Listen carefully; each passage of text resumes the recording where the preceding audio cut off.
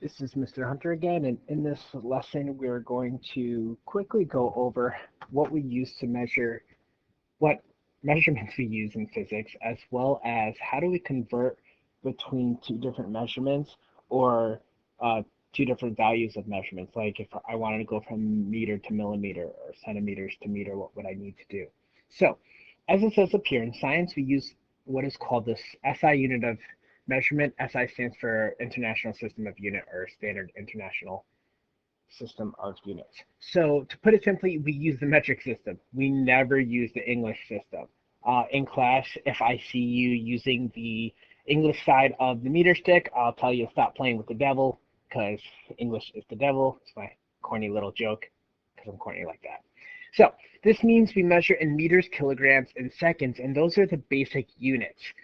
Typically, we will not leave something in grams, and we won't leave something in milliseconds, and we won't leave something in like centimeters. It always has to be in meters, kilograms, and seconds.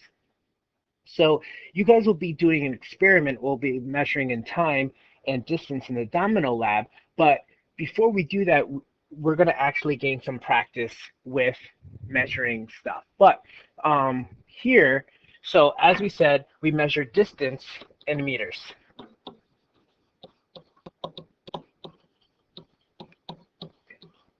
We measure time in seconds, as stated before.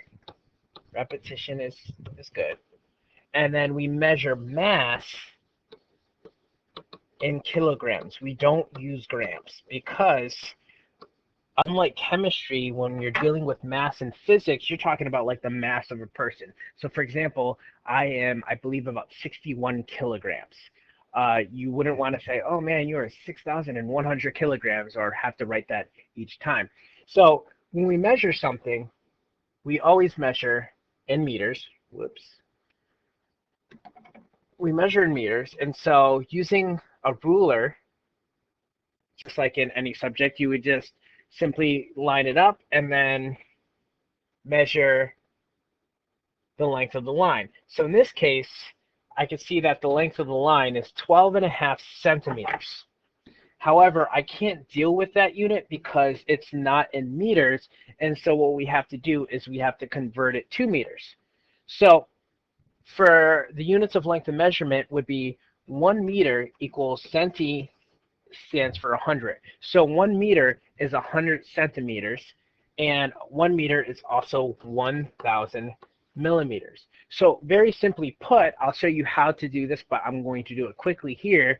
Since there is 100 centimeters in a meter, that means that we basically divide this by 100 because this is 1 meter. This equals 1 meter. And so the units cancel, and what I'm left with is 0.125 meters, which is not that large, but oftentimes you have to be in meters. So in order to convert that, so we'll start with that. So definitely be recording this in your notes somewhere. Even if you have just a sheet of paper, record this down.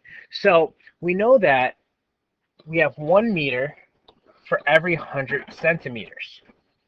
And so the trick is, okay, I want to get the unit that I want, and I want to cancel the unit I don't want. So for example, let's say that I said you have 342 centimeters, and I want you to get that into meters. Well, in physics, we now are dealing with units, whereas in like your math class, you only deal with numbers.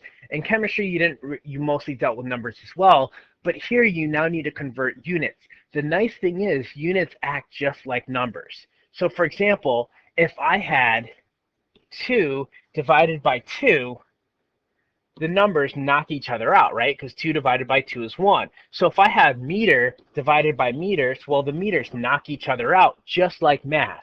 Units act just like math. So it's nothing really new. It's just now saying, okay, instead of 10 divided by 10, I have x divided by x, and that goes to 1. So it's nothing new under the sun. It's stuff you guys learn, but right now you're just transferring it to physics because you've already learned this in math. So, for example, I have 342 centimeters, and I want to convert it into meters. And I know that for every 1 meter, there's 100 centimeters. So for a brief moment, I'm going to write this problem anew. And so I have 342 centimeters. Now, the thing is, I want to get rid of the centimeters. So just like in math, I need centimeters to appear on the bottom, because in order for the centimeters to cancel, I need one on the top and one on the bottom. And when I multiply with the dot, it's just multiplying straight across.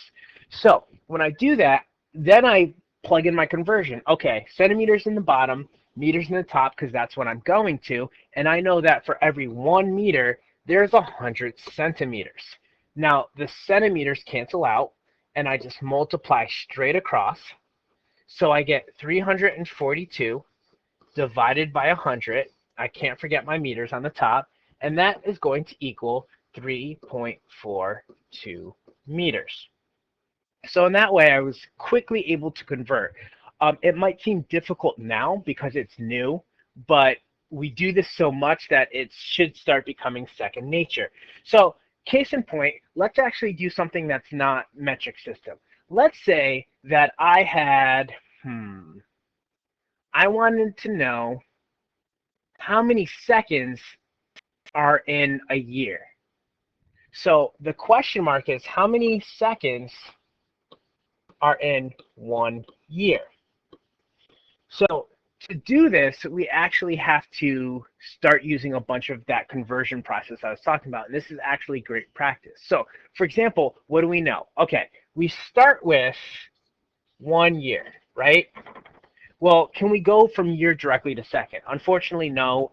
Unless we look that number up, we don't know it off the top of our head. But what do we do know? Well, we know that there are, and once again, putting the units in the proper place, we want to cancel out years. We know that there is 365 days approximately in 1 year. This allows us to cancel the year out. Like, oh, okay, cool. Well, do I know how many seconds in a day? No, I don't. However, I know that there are 24 hours in 1 day. And notice I'm putting days in the denominator because I want to cancel the unit of days out. Okay, so I don't know how many seconds are in an hour necessarily. So I know that, and I'm just going to rewrite this smaller so we don't lose it. So we have 365, but the units were canceled out, multiplied by 24 hours, and the day was canceled out.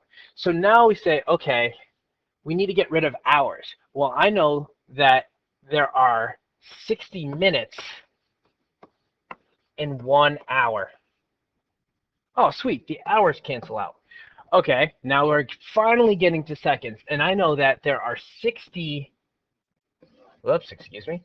I know that there are 60 seconds in every 1 minute. And now my minutes canceled out.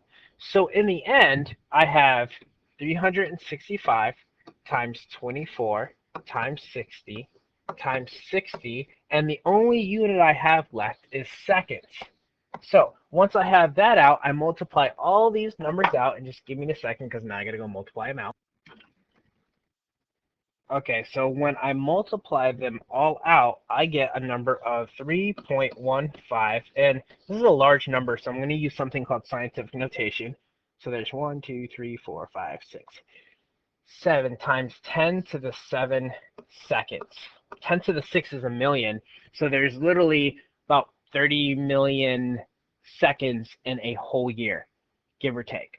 So that's how you do conversions, and you can do that as long as you know the conversion. So for example, like 1 kilometer, kilo is 1,000, 1 kilometer equals 1,000 meters. So if you have to convert something from kilometers to meters, you can use that same conversion, and just remember the trick. You always want to cancel out the units.